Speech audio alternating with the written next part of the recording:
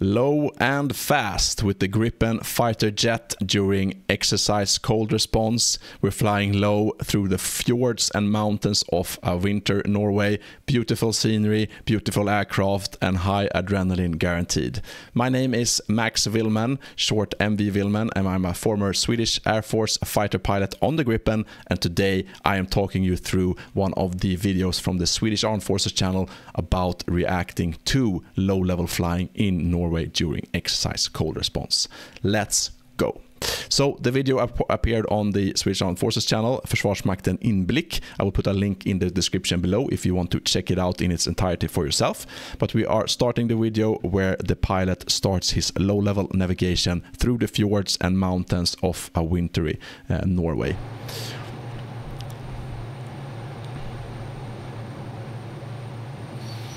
And for those of you who have great eyesight, you can actually see that this is a Gripen two-seater. So this is the two-seater, the one in the back that is filming. So obviously the pilot is in front and concentrating on the flying. And right from the get-go, you see that we are flying through a fjord. You have the mountain tops up above. And the reason that we are flying this low and this fast is obviously to avoid the enemy detection by radar stations. And ground radar stations cannot look into the valleys like this because they are positioned on top. So we are hidden from enemy radar, and it's also quite difficult for other fighter aircraft to actually fly above and look into valleys like this. So flying like this, we can avoid enemy radar, we can avoid enemy fighters, and we can get close to our target to deliver our weapons without having been detected. So we can sort of surprise the enemy and attack them. So that's the reason we are practicing these kinds of quite dangerous flying, actually. Other things to look out for when we are flying like this is obviously power lines. Power lines in Norway especially, they lead power lines across valleys like this. And you think that, yeah, power lines are easy to spot. They are not easy to spot when you are flying 500 knots or 1000 kilometers per hour. They can be very, very hard to spot. So you need to go through the map and check out and learn everything in advance, just like a rally driver, for example, would do.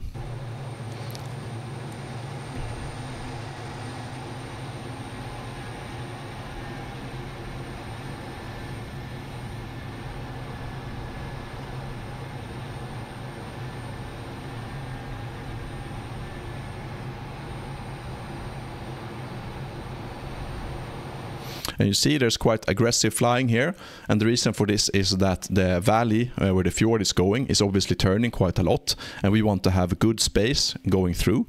And you see the pilot will often try to get to the other side, just like a sports car driver would do, to do a quick turn into the turn, so he has maximum turn radius available for him, and thus he also can check and look into the valley. Is there anything up ahead? Is there weather systems that coming in that we haven't checked? Perhaps showers of snow, perhaps fog, perhaps low-hanging clouds.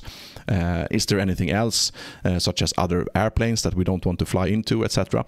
So there's always like a continuous looking forward and checking out and planning ahead. And also if there's something that we need to abort, perhaps there's weather situations or whatever, in peacetime we can always climb, of course, but if it's a wartime, if we can get shot out by surface-to-air missiles, we need to have backup plans how to get away safely, because the effectiveness of the ground is always 100%, as they said in the Vietnam War.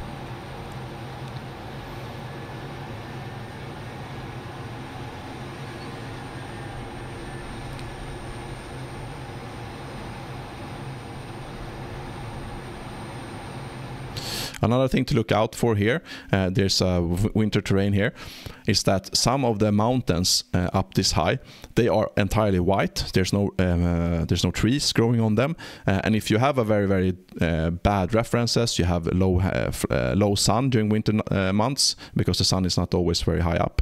You have perhaps showers of rain or showers of snow or low clouds. You can get this whiteout effect where you don't see where the mountain ends and the sky starts, which means that you can continue to fly straight into a mountainside without even knowing it. So you need to have as good visibility as you can here, and as a pilot you're always looking ahead, trying to see, do I have good references, do I have good visibility, does this check out with how the map looks, do I know exactly where I am so I can continue safely to not fly into the mountains. And obviously you're very, very mentally aware here. You need this very, very demanding flying this, and also you see that the guy in the back, it's shaking a lot. You can get quite a lot of ground turbulence, especially if you go very, very fast. So there's a lot of things to look out for.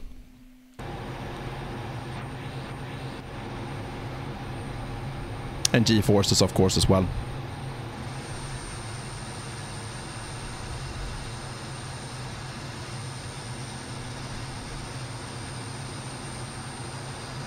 And here's a good view.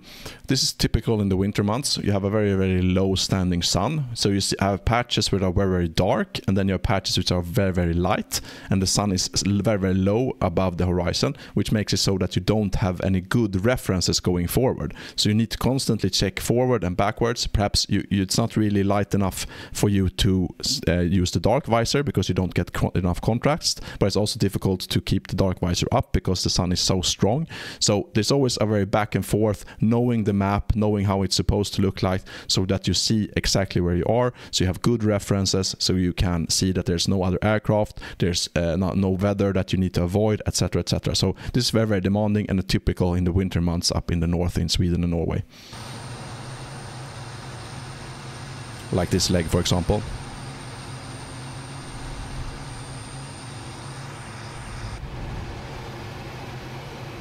You see this very, very diffused light here, so it's very, very. This can be very, very dangerous. So it's very, very important that you know the map by heart, you know where you're going, and you can continue to look ahead and look left, right to check everything all the time.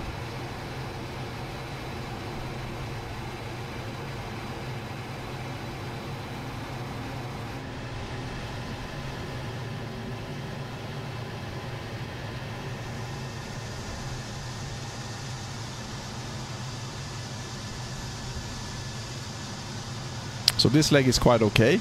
You can probably look straight ahead into the valley, but if the valley is then going to the right, it's going to be a very difficult leg to fly.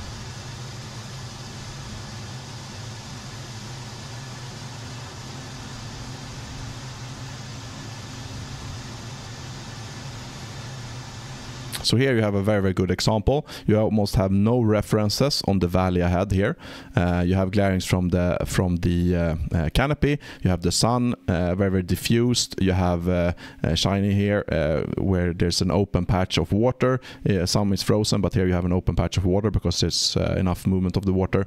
So this is a very difficult leg. Here it can be difficult to see exactly how to turn into this part of the valley here. So you constantly need to check your how the map is looking and your planning, so you don't have any obstacles here. So for example, if there was to be a power line here, it would be extremely difficult to find that power line if it's going over here.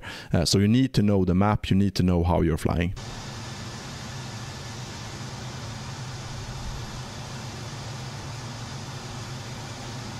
Here we have better references.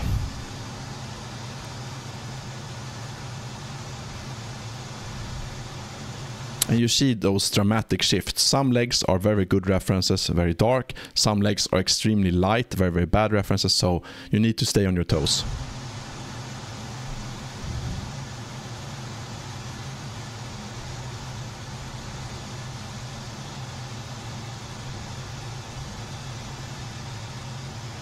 Here's another example of a very, very bad reference leg. So I hope you enjoyed that. Please give a comment down below if you want to see me react to anything else. And this is the way low-level flying is done. You have to constantly be very prepared. You have to be constantly very, very aware of what you're doing.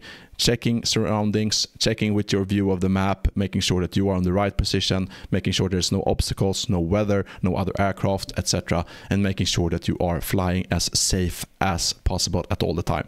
And at the same time, if this was in a war, for example, you would have the threat of other fighters attacking you. You would have the threat of SAM systems detecting you if you fly too high. You would have the need to deliver your weapons once you get to the delivery point of the weapon. So there's a lot going on, there's a lot to prepare, and it's very, very mentally challenging to do these kinds of missions. But I hope you enjoyed this. I will end it here. Thanks so much for watching. Be sure to follow me in social media at Max Villman. Make sure to subscribe and like the video and comment down below if you want me to react to anything else. And until next time, fly safe.